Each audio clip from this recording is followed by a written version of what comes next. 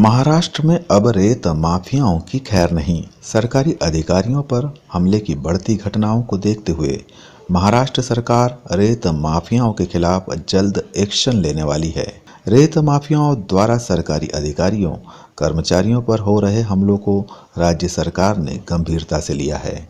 राजस्व मंत्री चंद्रकांत पाटिल ने कहा कि अब रेत माफियाओं की दादागिरी नहीं चलने दी जाएगी।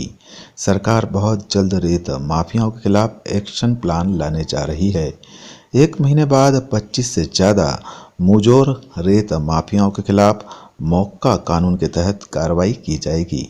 किसी भी सरकारी अधिकारी या कर्मचारी के शर्ट को कोई हाथ लगाए ये नहीं सहा जाएगा। दादागिरी करने वालों को नहीं बख्शा जाएगा, ऐसी चेतावनी राजस्व मंत्री चंद्रकांत पाटिल ने दी। आज आम्ही दुपारी 3 वाजता नियोजन बैठकीला यायला उशीर होऊन सुद्धा एक खूपच सिरियस मीटिंग घेतली, ज्याला सर्व पोलीस अधिकारी सर्व महसूल अधिकारी होते। इथे आलं की बाजार होतो म्हणून आम्ही ती बाजूला मिरजेच्या गेस्ट हाऊसवर घेतली।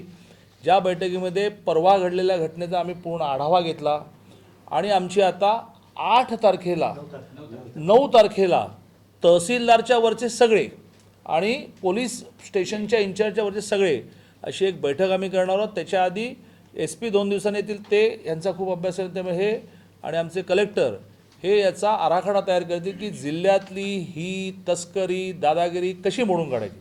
आम्ही तुमच्या माध्यमातून सगळ्यांना इशारा देतो की आम्ही सरकारी अधिकाऱ्याच्या शर्टाला हात लावलेलं सहन करणार नाही। कोल्हापूर जिल्ह्यातला आढावा तुमच्या माध्यमातून लोकांनी घ्यावा।